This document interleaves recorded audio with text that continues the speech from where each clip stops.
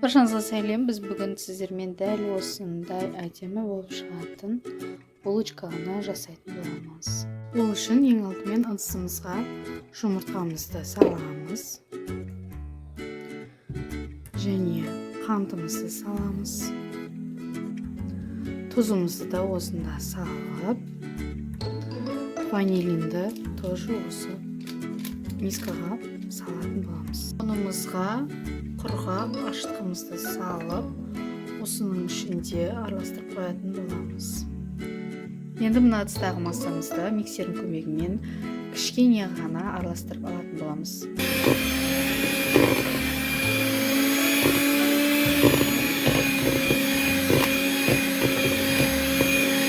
Осында суымызды және сүтімізді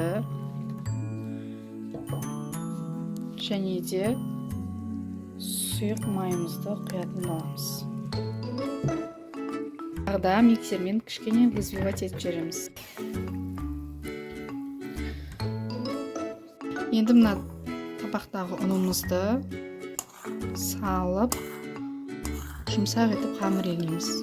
Бірінші қасықпен араластыра отыра, ал сосын барып қолмен қамыр елейтін боламыз.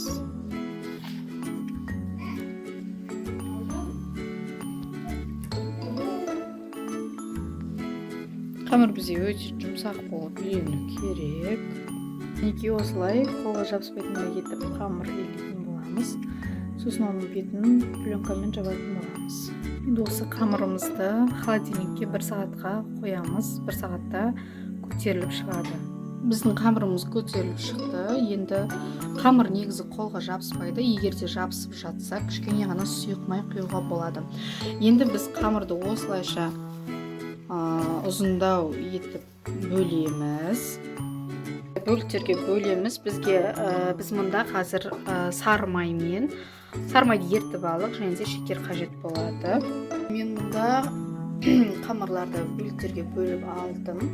Осылай домалақтап қоямыз және де шетінен жайып бастаймыз. Қамырды барынша осылай төртбұрышты етіп жаюға тырысыңыздар. Міне біз осылай төртбұрышты етіп жайып алдық. Енді оның үстіне сары майымызды жақсылап жапшатын боламыз. Ал енді сары майдың үстіне осылай құмшекерді сеуіп шығамыз.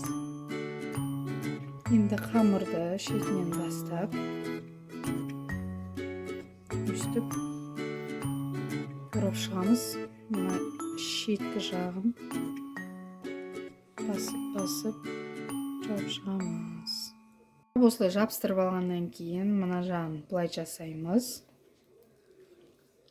Және де мына жерін екіге бөліп жібереміз. Міне осылай ортасын кесіп, мына жағын осылай қарататын боламыз. Осылай жүрекше форма шығатын болады. Міне біздің булочкалар осылай болып, әдемі болып шығады. Енді біз бұның бетіне жұмыртқаны жағып шығатын боламыз.